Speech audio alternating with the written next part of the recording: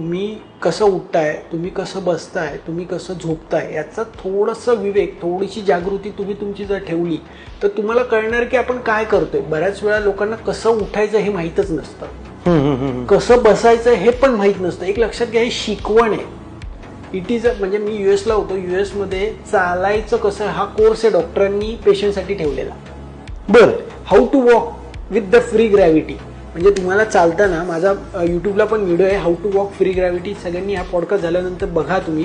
पहिला टाच, मधला भाग, मग पायाची बोटं. या पद्धतीने जर तुम्ही चाललात तर तुम्हाला कमीत कमी तुमच्या मणक्यावरती, तुमच्या पाठीवरती, तुमच्या मानेवरती ताण येणार आहे. टाचेचा भाग, मधला भाग आणि पुढचा भाग हा टेकवताना पहिली टाच टेकवायची, मग मधला भाग टेकवायचा आहे, मग पुढचा भाग टेकवल्यानंतर पुढच्या पायाची टाच पुढे टेकवायची. चालताना नेहमी समोर बघून चालायचं आहे, खाली बघून चालायचं नाही. बऱ्याच लोकांना खाली बघून चालायची सवय असते.